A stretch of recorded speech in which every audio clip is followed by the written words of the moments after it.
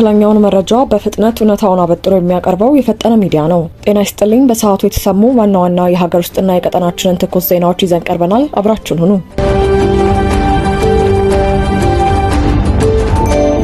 የኢትዮጵያ ዲሞክራሲ መንገድ አጭር ርቀት ሩጫ ሳይሆን ማራቶን ነው ሲሉ የኢትዮጵያ ዜጎች ለማህበራዊ ፍትህ ሊቀመንበር አቶ ኢዮብ መሳፍንት ገለጹ።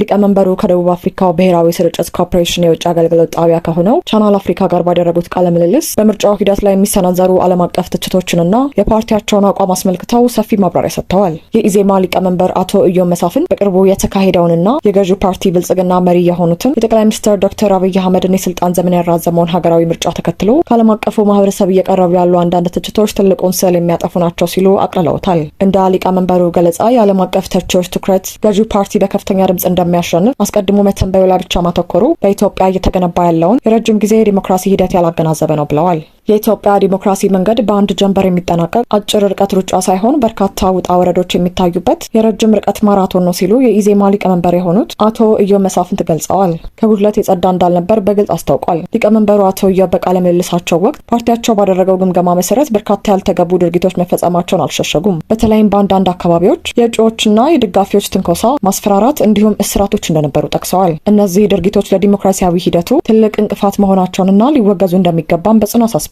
ሆኖም ግን እነዚህ የተከሰቱት ጉድለቶች የምርጫውን አጠቃላይ ህጋዊነትና ተቀባይነት ሙሉ በሙሉ የሚያሰጡ አይደሉም በሚል ስሌት ፓርቲያቸው ውጤቱ ሙሉ በሙሉ ብርቅ ከሚያደርጉት ሌሎች ተቃዋሚ ኃይሎች የተለየ አቋም መያዙን አስረድቷል። ለዚህም እንደ ማረጋገጫ ያቀረቡት ከጠቅላላው 547 የህዝብ ተወካዮች ምክር ቤት መቀመጫዎች ውስጥ የ501 ላይ ምርጫው በተሳካ ሁኔታ መካሄድ መቻሉን ነው። በማደግ ላይ ባሉ ዲሞክራሲያዊ ስርዓቶች ውስጥ እንደዚህ አይነት ጉድለቶችና ተግዳሮቶች ማጋጠማቸው የሚጠበቅ መሆኑን የገለጹት አቶ ኢዮብ ዋናው ነጥብ ከቀደሙት ዓመታት መሻሻል መታየቱ ላይ ነው ብለዋል። የተካሄደው ምርጫ ሙሉ በሙሉ ዲሞክራሲያዊና ምንም ጉድለት የለበትም ባንልም ከ5 ዓመት በፊት ሀገሪቱ ካካሄዳቸው ምርጫ ጋር ሲነጻጸር ግን ብዙ መሻሻሎች ታይተውበታል። እኛ ይህንን እንደ አንድ ትልቅ ድልና እርምጃ እንቆጥረዋለን ሲሉ አቶ ኢዮብ መሳፍንት ተናግረዋል። የብሔራዊ ምርጫ ቦርዱ ይፋ ባደረገው ይፋዊ ውጤት መሰረት የኢትዮጵያ ዜጎች ለማህበራዊ ፍትህ በህዝብ ተወካዮች ምክር ቤት 13 የፓርላማ ወንበሮችን ማሸነፉ ይታወሳል። ፓርቲው በምርጫው የታዩ ጉድለቶች ላይ በህጋዊ መንገድ እንዲታረሙ እየሰራ እንደሚገኝና ይሁን እንጂ የሀገሪቱን ሰላምና የዲሞክራሲ ተቋማት ግንባታ ለመደገፍ ሲባል የምርጫውን ውጤት ተቀብለው በፓርላማ ውስጥ የህዝብ ድምጽ ለመሆን መወሰኑ መረጃዎች ያመለክታሉ። ይህ መግለጫ የተሰጠው ለቻናል አፍሪካ በቀጥታ በተደረገ ቃለ ምልልስ መሆኑንና የፓርቲው ይፋዊ መግለጫዎችም ይህንኑ የፖለቲካ አቋም እንደሚያጠናክሩ ለማረጋገጥ ተችሏል። የሀገር ውስጥ የፖለቲካ ሂደቶችን የተመለከተውን ዜናችንን አጠናቀናል። አሁን ደግሞ በቀጠናዊ የጂኦፖለቲካና የደህንነት ጉዳዮች ላይ ወደ ወጡ ትኩስ ዘገባዎች እናልፋለን። አብራችን ቆዩ።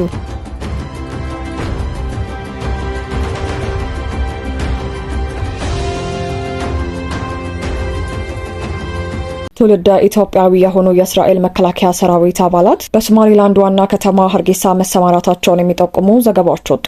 እስራኤል ለሶማሊላንድ የሀገርነት እውቅና መስጠቷን ተከትሎ ነው የተባለው የዚህ ወታደራዊ ስምሪት መረጃ ይፋ እየሆነ የመጣው። ከተለያዩ የቀጠናው የዜና ምንጮች የወጡ መረጃዎች እንደሚያመለክቱት በአሁኑ ወቅት 50 የሚጠጉ የእስራኤል ወታደሮች በሀርጌሳ የሚገኙ ሲሆን ስምሪቱም በሁለቱ ወገኖች መካከል በተደረሰ የሁለትዮሽ የጸጥታ ስምምነት መሰረት የተከናወነ ነው ተብሏል። ከቀጠናው የጂኦፖለቲካ ጉዳዮችና የደህንነት ዘገባዎች የተገኘው መረጃ እንደሚያሳየው ይህ የወታደራዊ ስምሪት በዋናነት ትውልደ ኢትዮጵያውያን በሆኑ የእስራኤል ዜግነት ያላቸው የጦር አባላት ላይ ያተኮረ ነው። ለዚህም እንደ ስልታዊ ምክንያት የቀረበው እነዚህ ወታደሮች በአካባቢው ማህበረሰብ ጋር በቀላሉ የመቀላቀል እድል ያላቸው በመሆኑና በይፋ የውጭ ኃይል መኖሩ እንዳይታወቅ ለማድረግ ታስቦ እንደሆነ ተመልክቷል። በአሁኑ ወቅት እነዚህ የጦር አባላት በሶማሊላንድ ዋና ዋና ተግባራት ላይ ተሰማርተው እንደሚገኙ ዘገቦች ያመለክታሉ። የሶማሊላንድን ፖሊስና የመከላከያ የጦር ኃይል የማሰልጠን ስራ ሲሆን በእስራኤልና በሶማሊላንድ መካከልም ተፈርሟል የተባለውን የጸጥታና የደህንነት ስምምነት በተግባር የማስፈጸም ስራ እንደሆነ ተገልጿል። ይፋ የሆኑ የዜና ምንጮች እንደሚያስታውሱት እስራኤል ሶማሊላንድን በይፋ በሀገርነት እውቅና የሰጠችው የመጀመሪያው ሀገር መሆኗ የሚነገር ቢሆንም ይህ ጉዳይ በሁለቱ ወገኖች በኩል በይፋዊ ዲፕሎማሲያዊ መንገድ ማረጋገጫ አልተሰጠበትም። ሆኖም በቀጣይም እስራኤል በሶማሊላንድ ያላትን የወታደራዊ አባላት ቁጥር የመጨመርና በስትራቴጂካዊ ቦታዎች ላይ ወታደራዊ ጣቢያ መገንባት ከፍተኛ ፍላጎት እንዳላት የተለያዩ የደህንነት ተንታኞች እየጠቆሙ ይገኛሉ።